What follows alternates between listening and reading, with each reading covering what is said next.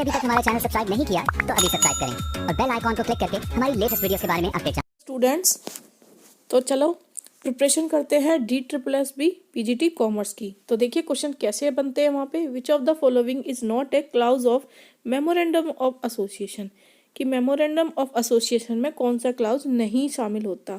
तो देखिए memorandum of association में क्या क्या होता है।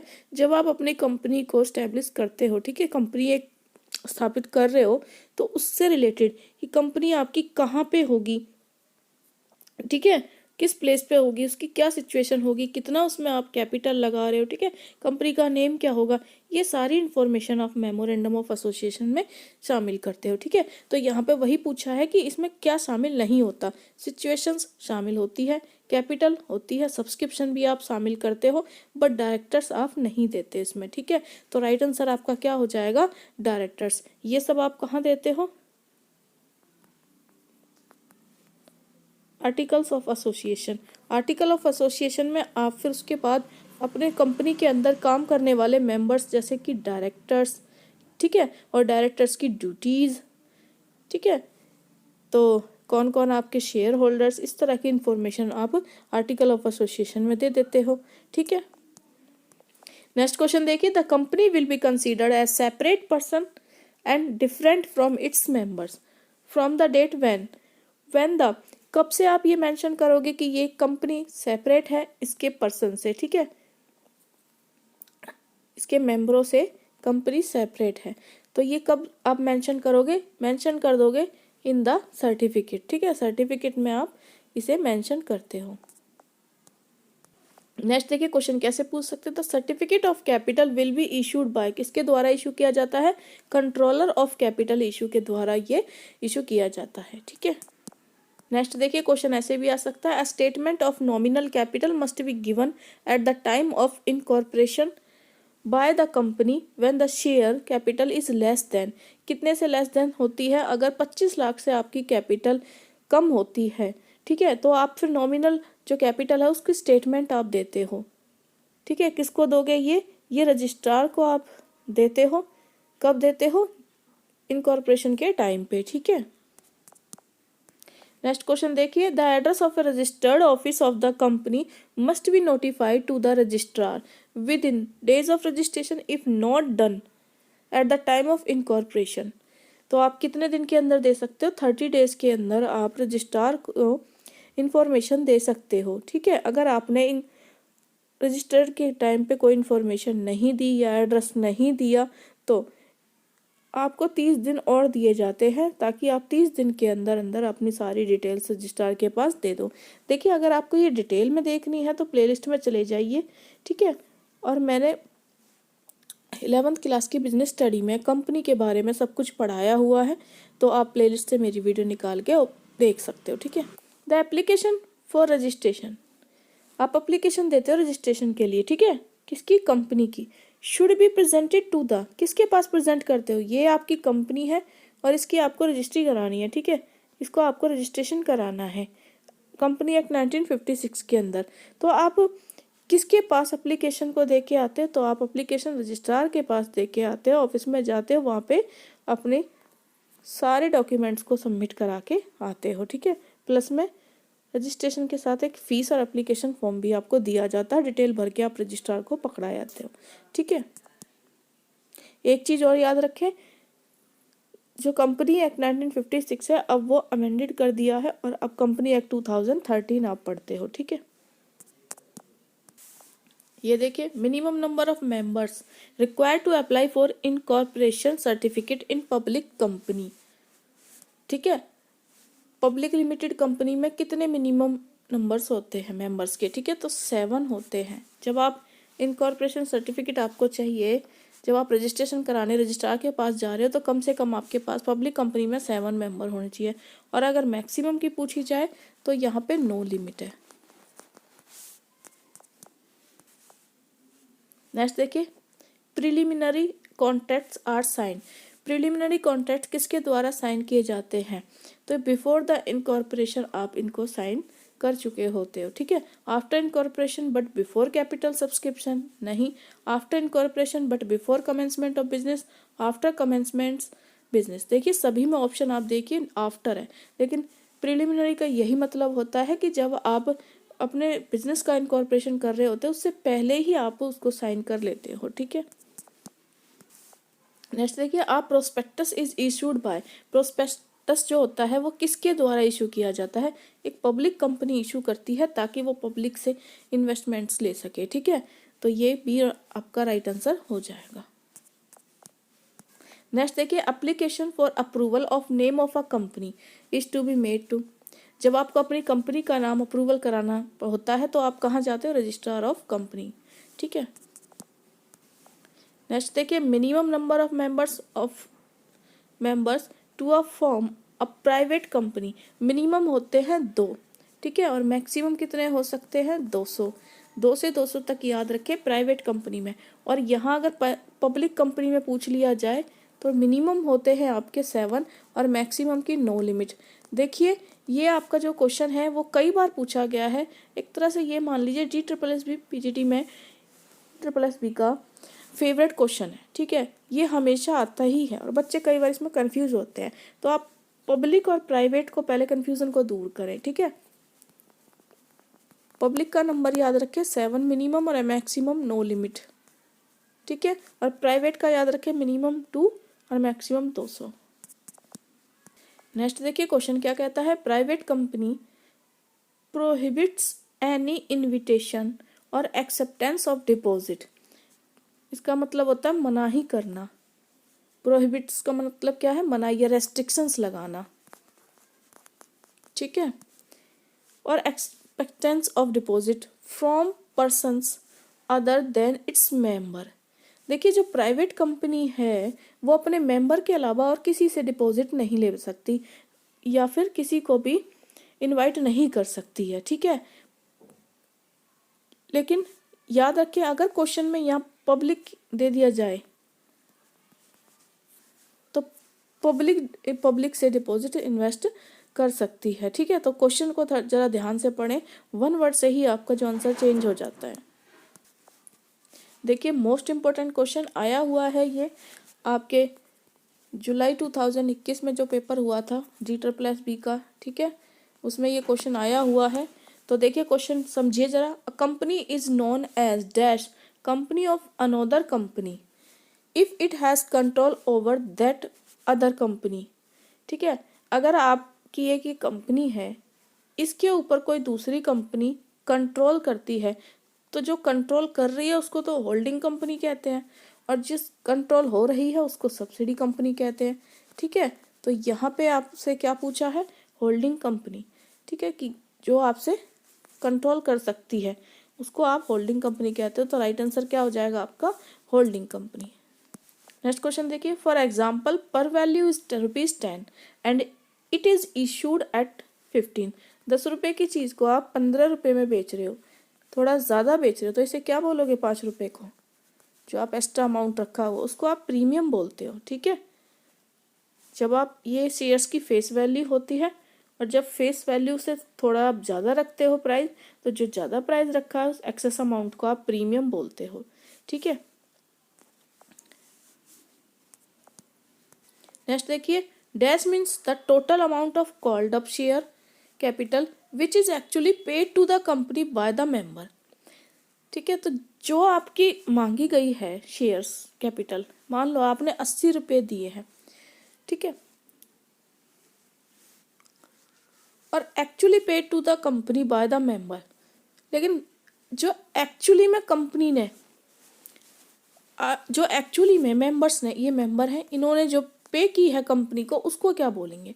अब कंपनी ने जो मांगी है उसके बारे में यही बात खत्म हो रही है, लेकिन जो मेंबर्स ने पे की है, क्वेश्चन को थोड़ा घुमा दिया। मेंबर ने जो पे की है तो पे से पेड अप कैपिटल आप याद रखोगे, ठीक है, पेड अप कैपिटल। तो आंसर यहाँ आपसे पेड अप कैपिटल पूछा गया है कि मेंबर जो पे करते हैं उसको क्या बोलते हैं? उसे तो पेड अप बोलते हैं। अगर कंपनी जो मांगती है उसको क्या बोलते हैं? क्वेश्चन यहीं तक होता तो उसको आप कॉल्ड अप कैपिटल बोलते। नेक्स्ट देखिए, the dividend payable to dash share holder is payable on fix figure और परसेंटेज। फिक्स परसेंटेज से किसको डिविडेंड दिए जाते हैं, तो वो प्रेफरेंस शेयर होल्डर्स को दिए जाते हैं, क्योंकि इक्विटी वालों के लिए तो बाद में जो कुछ बचता है सबको पे करने के बाद वो दिया जाता है, जो कि फिक्स नहीं होता, ठीक है, जो बदलता रहता है, फ्लक्चुएट होता रहता है। तो यहाँ पे आपसे अगर फिक्स पूछा जाए तो वो प्रेफरेंस है। डिविडेंड पूछा है, कंफ्यूज ना हो, अगर यहाँ पे इंटरेस्ट पूछा होता डिविडेंड की जगह तब आप डिबेंचर आंसर कर सकते थे। नेक्स्ट क्वेश्चन देखिए, dash capital means the sum mentions in the capital clause of memorandum of association. तो मेमोरेंडम ऑफ एसोसिएशन क्या होता है, जब आप कंपनी को रजिस्ट्रार कराने वाले होते हो तब उससे रिलेटेड कुछ इंफॉर्मेशन यानी डॉक्यूमेंट्स जिसमें कंपनी की डिटेल्स होती है वो आप रजिस्ट्रार्स को देते हो, जिसमें क्या क्या आता है, जिसमें कंपनी की ऑथराइज्ड नॉमिनल ये सारी कैपिटल शामिल होती है, ठीक है। तो ऑथराइज यहाँ दिया नहीं है तो नॉमिनल कैपिटल आपका राइट आंसर हो जाएगा। नेक्स्ट देखिए, if the company can make arrangements for raising the capital privately, ठीक है, so that public appeal is unnecessary. देखिए, पब्लिक से जो प्राइवेट कंपनी है वो सब्सक्रिप्शन नहीं ले सकती, ठीक है, रेस्ट्रिक्शंस होता है, इससे पहले क्वेश्चन मैंने समझाया हुआ है। लेकिन फिर भी अगर उसे कैपिटल अरेंज करनी है तो उसके लिए कंपनी क्या रिक्वायर्ड है, कंपनी को क्या बनाएगी, तो उसके लिए कंपनी क्या करती है, एक स्टेटमेंट निकाल देती है, statement in lieu of prospectus, ठीक है। तो आप इसका राइट आंसर क्या दोगे, बी। लेकिन याद रखना, अगर पब्लिक कंपनी है तो वो प्रोस्पेक्टस इशू कर सकती है और पब्लिक से डिपॉजिट एक्सेप्ट भी कर सकती है, ठीक है। नेक्स्ट देखिए क्या कहता है question, a government company means any company in which not less than 51 of the paid up share capital is held by. तो ये सेंट्रल और स्टेट दोनों में से कोई भी हो सकती है। नेक्स्ट क्वेश्चन क्या कहता है, अ private company means a company which has a minimum paid up capital. Private company वो होती है जिसकी minimum paid up capital 5 lakh रुपए होनी चाहिए, ठीक है। तो बी आपका राइट आंसर हो जाएगा, 5 लाख।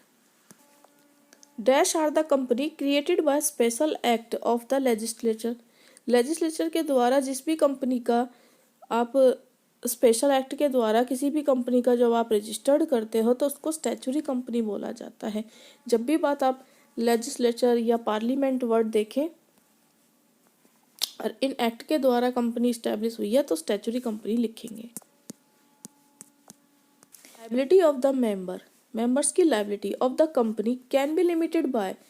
कंपनी के जो मेंबर्स हैं, ये देखिए ये मेंबर्स हैं, इनकी जो लायबिलिटी है वो कहाँ तक कंपनी में लिमिटेड होती है, तो ये लिमिटेड उनके द्वारा लिए गए कंपनी के शेयर्स, बस जितना जितना इन्होंने हिस्सा ले रखा है वहाँ तक, और जितनी इन्होंने गारंटी दी हुई है वहीं तक होती है। तो बोथ ए एंड बी, ठीक है।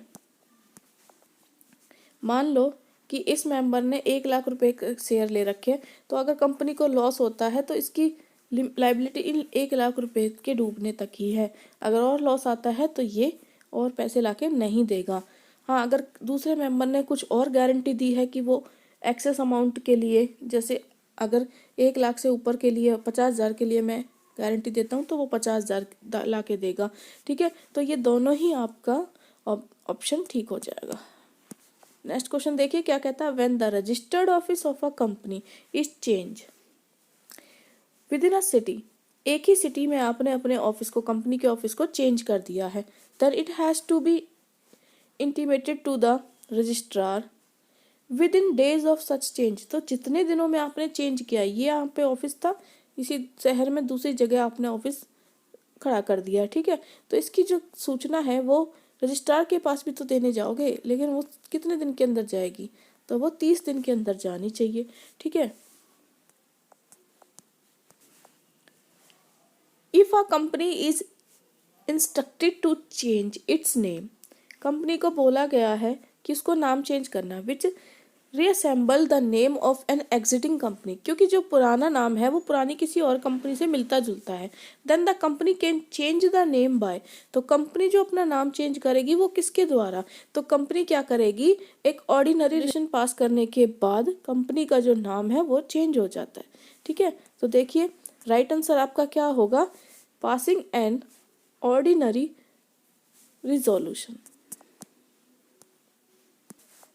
मोस्ट इंपॉर्टेंट क्वेश्चन है, ध्यान दें, number of clause in memorandum of association. Paper में ना आपको ऐसे भी MOA लिखा मिल सकता है कि नंबर ऑफ क्लाउज कितने होते हैं इसमें 6 होते हैं, ठीक है। नेक्स्ट क्वेश्चन देखिए, द आर्टिकल ऑफ एसोसिएशन, इसको आप ऐसे भी पढ़ते हो AOA, article of association needs to be sign by, किसके द्वारा साइन करने की रिक्वायरमेंट होती है इसे, ये सब्सक्राइबर्स ऑफ मेमोरेंडम, ठीक है।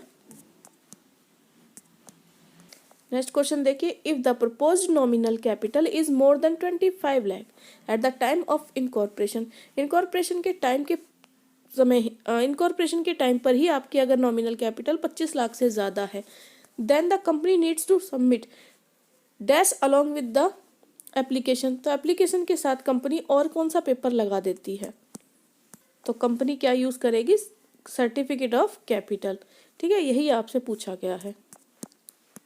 नेक्स्ट क्वेश्चन देखिए, among the following which documents are not mandatory to be submitted to the registrar, कौन सा डॉक्यूमेंट सबमिट करने की जरूरत नहीं पड़ती रजिस्ट्रार को along with incorporation application by a private company, private company के द्वारा इनकॉर्पोरेशन एप्लीकेशन के टाइम पर।